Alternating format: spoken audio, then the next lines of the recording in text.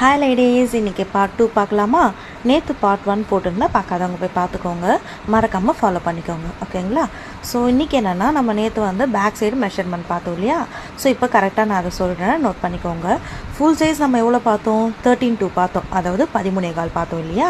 So அதில் கீழே, அதாவது நெக் சைஸ் கீழே வருது இல்லையா, நெக் உங்களுக்கு வந்து 9.5 வரும், 9.5 வரும். ஓகேங்களா? 13.25 9.5 போயிடுச்சுன்னா 9.5 போயிடுச்சுன்னா எவ்வளோ? பேலன்ஸ் வந்து 3.25 இருக்கும். ஓகேங்களா?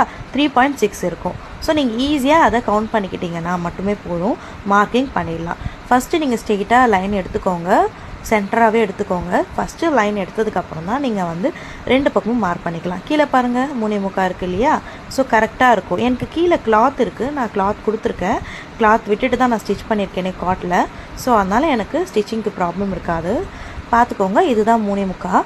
ஸோ மேலேயும் பாருங்கள், வச்சு காட்டுறேன், 9 கரெக்டாக இருக்குது. பார்த்தீங்களா? ஸோ ஒன்ஸ் நல்லா வச்சு பார்த்ததுக்கப்புறம் தான் நீங்கள் மார்க் பண்ண மாதிரி ஆரம்பிக்கணும் ஸ்டிச்சிங் போடவே. இங்கேயும் பாருங்கள், கீழே 5, மேலே 5 எடுத்தோம் இல்லையா? அதே மாதிரி கீழேயும் 5, 2.5 இருக்கான்னு மட்டும் கரெக்டாக பார்த்துக்கோங்க சென்டரில். அண்ட் ஸ்கைல் காட்டுறேன் நான். இந்த மாதிரி டிரான்ஸ்பரண்ட் ஸ்கைல் யூஸ் பண்ணுங்கள். ஏன் சொல்கிறேன்னா, நமக்கு உடன் ஸ்கைல் பார்த்தீங்கன்னா நார்மல் ஸ்டிச்சிங்க்கு வேணால் ஓகே, ஈஸியாக இருக்கும். பட் வந்து ஹேண்டில் பண்ணுறதுக்கு ஆரிக்கு நீங்கள் இந்த ஸ்கைல் யூஸ் பண்ணிங்கன்னா ஈஸியாக இருக்கும். ஓகே, மறக்காமல் ஃபாலோ பண்ணிக்கோங்க.